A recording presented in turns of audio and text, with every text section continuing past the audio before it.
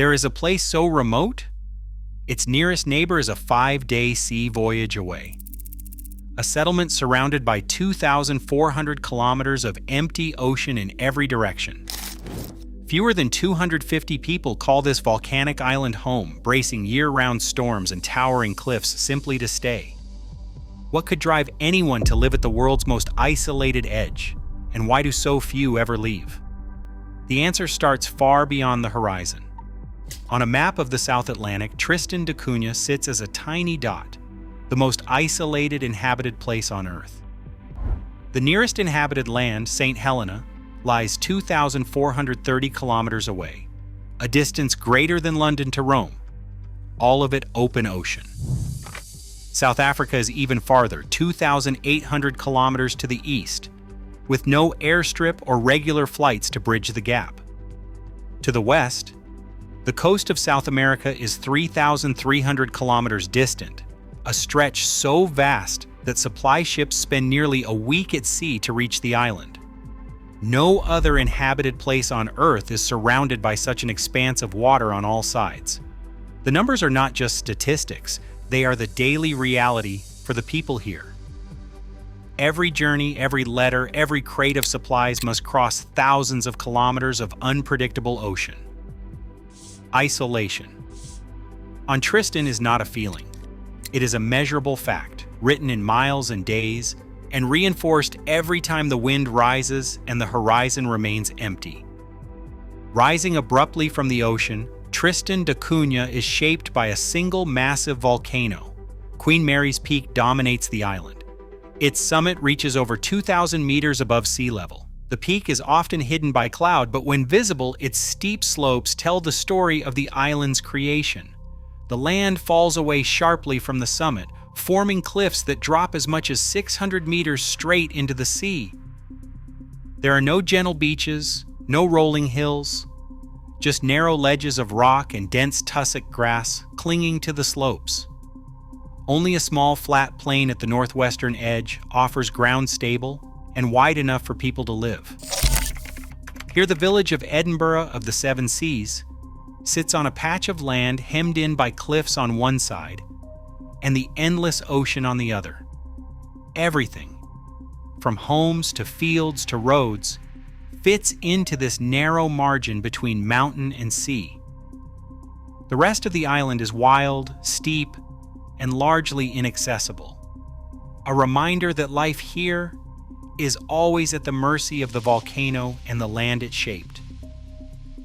The weather on Tristan da Cunha is shaped by its position deep within the roaring 40s, a band of powerful westerly winds that circle the globe between latitudes 40 degrees south and 50 degrees south.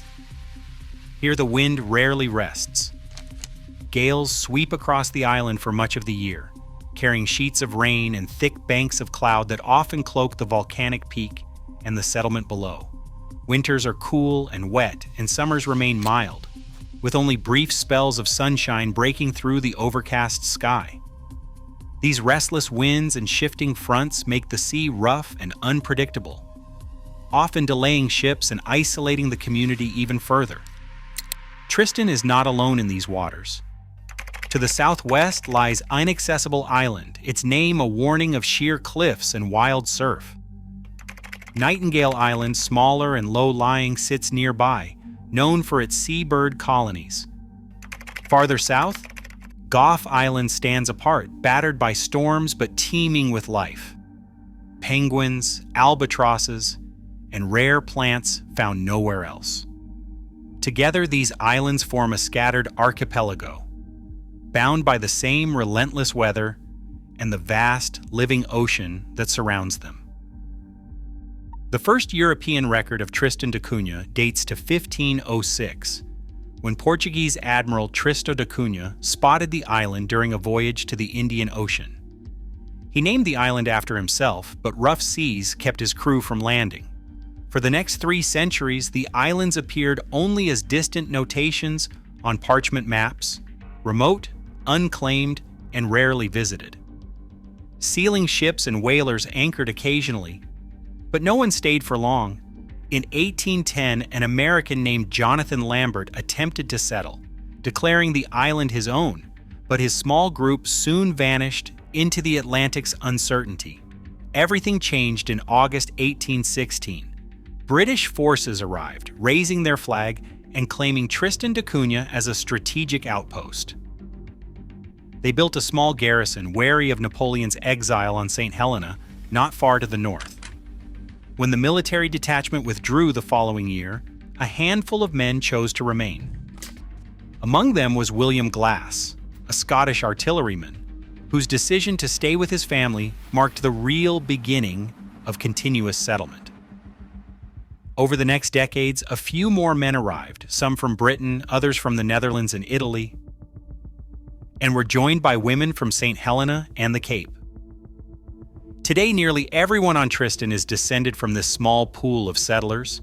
7 surnames echo through the generations, linking each household to the founding families who first called this volcanic outpost home. In October 1961, the earth beneath Edinburgh of the Seven Seas began to tremble. Cracks opened in the fields, and smoke drifted from the slopes above the village. The volcano that shaped Tristan da Cunha was no longer silent. Within days, lava began to flow dangerously close to the settlement, threatening homes and the island's only factory. There was little time to debate. The entire community, men, women, and children, gathered what they could carry and made their way to the boats. Evacuation unfolded in stages. First, the islanders sailed to Nightingale Island, where they waited under makeshift shelters as ships were dispatched from South Africa. From there, the journey continued to Cape Town and finally to England. For the first time in generations, the people of Tristan were scattered far from home, living in unfamiliar towns along the English coast. Months stretched into nearly 2 years of exile. In 1963, after experts declared the island safe, the community faced a choice. Despite the hardships of exile and the comforts of modern life abroad, nearly every family chose to return. They arrived to find much of their village intact, the fields waiting to be worked again. The decision was unanimous and deliberate. Home was not just a place, but a shared commitment, one that survived fire and ocean, and that would shape how the islanders approached every challenge that followed. Edinburgh of the Seven Seas functions as a single, self-reliant community. Rows of potato patches stretch inland, each plot worked by hand and passed down through families. Sheep and cattle graze on shared pastures, providing meat, milk, and wool for local use. The island's economy centers on the rock lobster fishery, with a small factory near the harbor processing each catch for export. The harbor itself is a lifeline, handling every arrival and departure from supply ships to local fishing boats. St. Mary's School stands at the heart of the village, teaching children up to age 16 before further study means a journey overseas. The hospital and its resident nurse provide everyday care. Emergencies sometimes require evacuation by ship. Evenings often end at the Albatross Bar, where news is exchanged and routines unwind. Each part of the settlement supports the others, forming a system that balances tradition, necessity, and quiet endurance. Life on Tristan da Cunha is anchored by a sense of togetherness that goes beyond shared hardship. Neighbors help each other with harvests, repairs, and the daily work of keeping the island running. Children grow up surrounded by cousins and elders, learning early that everyone's effort matters. Crime is almost unknown. There are no locks on doors, and disputes are settled by quiet conversation or at the weekly council meeting. If someone's roof blows off, we all fix it. For young people, this slow rhythm and constant support offer a kind of safety rarely found elsewhere. The pace is gentle, people check in on each other, and no one is ever truly alone. These routines give meaning to isolation, turning distance from the world into a shared source of pride and belonging. On Tristan da Cunha, the right to live and work is not open to everyone. Residency is governed by a local ordinance enforced by the Island Council. Permanent settlement is reserved for people born on the island and for their direct descendants. Essential workers such as teachers, doctors, and technicians may be granted temporary permits, but these permits are strictly limited in number and in duration. Every application is reviewed for social fit and for its impact on the island's fragile resources and environment. With a population cap of around 250, the rules reflect hard limits. There are no private land sales, no outside development, and no pathway for outsiders to become residents. This careful stewardship is seen as necessary to protect the close-knit community and the rare ecosystem that surrounds the island. Today, fewer than 250 people shape life on Tristan da Cunha, a community where isolation safeguards both culture and environment. As the world grows ever more connected, islands like this remind us that true belonging sometimes means drawing boundaries. In a crowded century, their solitude is a deliberate choice. Thanks for watching.